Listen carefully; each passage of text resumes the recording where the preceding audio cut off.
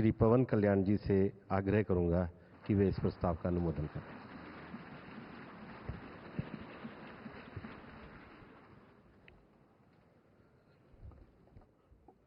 To the Honorable Prime Minister Shri Narendra Modi ji, my heartfelt wishes on behalf of Janasena, and I'm fortunate and grateful for giving this opportunity to be here. It started in 2014 in the same place.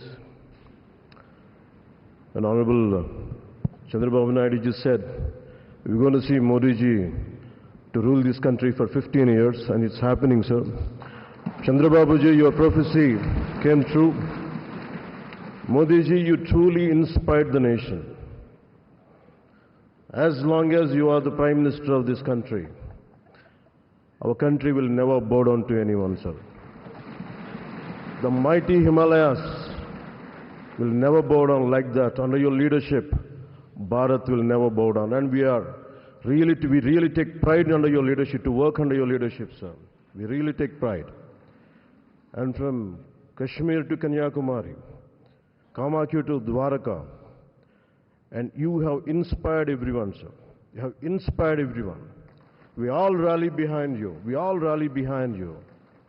The way you have triggered us to serve the nation, the kind of patriotism you have instilled in us by your actions, by your words, by your deeds, and the kind of development you had shown us in the progress.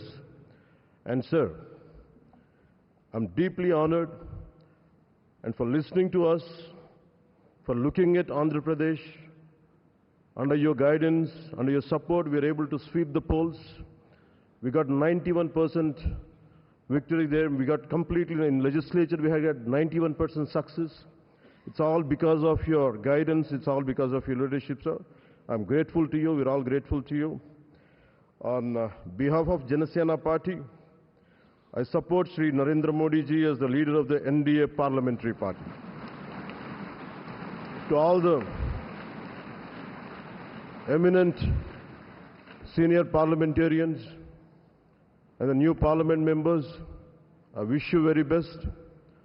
To honorable senior leaders and NDA partners, to you all, my heartfelt namaskars to you, sir. Thank you and Jai Hind, sir.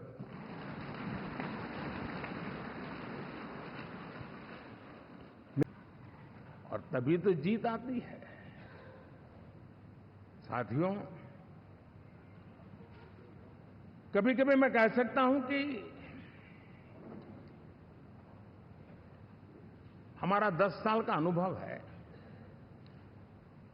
Bharat के हर क्षेत्र का और भारत के हर नागरिक का जो aspirations हैं, regional aspirations हैं, वे और नेशनल एस्पिरेशंस, इसका एक अटूट नाता होना चाहिए।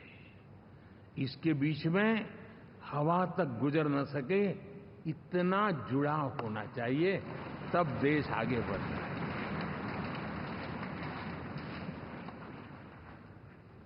साथियों,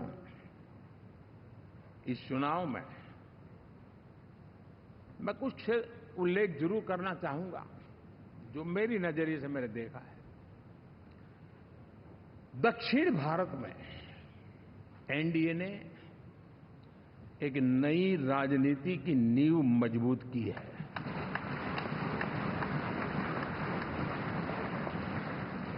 अब देखिए, कर्नाटक एंड तेलंगाना, अभी अभी तो इनकी सरकारें बनी थी, लेकिन पल भर में ही लोगों का विश्वास टूट गया, भ्रम से लोग बाहर आ गए और एनडीए को गले लगा दिया। कर्नाटक और तेलंगाना में दोनों जगह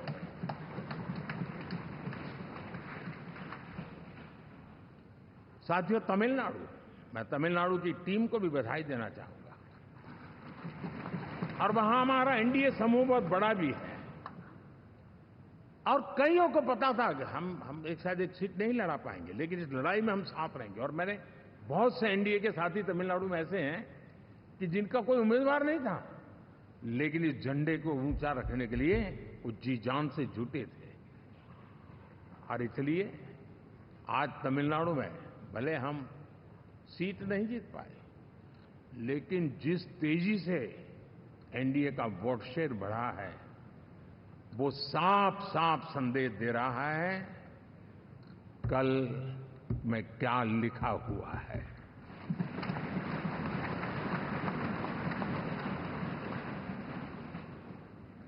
साथियों, पुडुचेरी हो, केरला हमारे सैकड़ों कार्यकर्ताओं के बलिदान हुए हैं।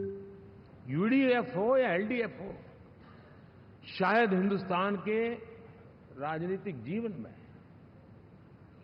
इतना जुल्म एक विचारधारा को लेकर के जीने वाले लोगों पर हुआ होगा तो सिर्फ मैं कह सकता हूं केरल में हुआ है। जम्मू कश्मीर से भी ज्यादा हुआ है। उसके बावजूद भी सामने कहीं विजय नजर नहीं आता था। उन्होंने परिश्रम की पराकाष्ठा में कभी पीछे नहीं रहे, पीढ़ियां खपा दी।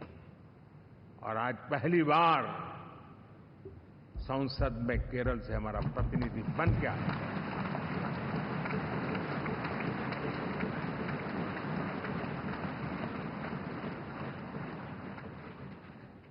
साथियों, अरुणाचल में हमने लगातार हमारी सरकार बनती रही है और भारी समर्थन से बनती है।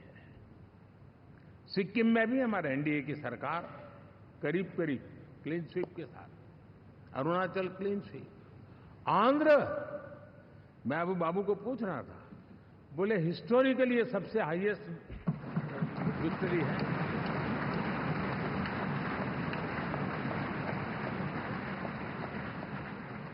और ये जो यहां दिखता है ना पवन, ये पवन नहीं, आंधी है।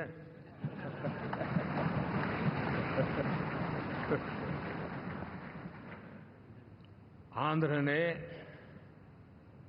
इतना बड़ा हमारे प्रति जनमत दिया है। हिंदुस्तान के लिए एक सामान्य मानवी की विकास की जो जिजीविषा है, उसका प्रतिबिंब है।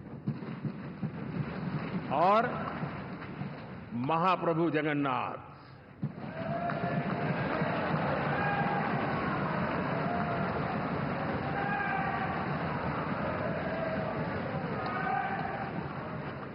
और मैंने अनुभव किया हमेशा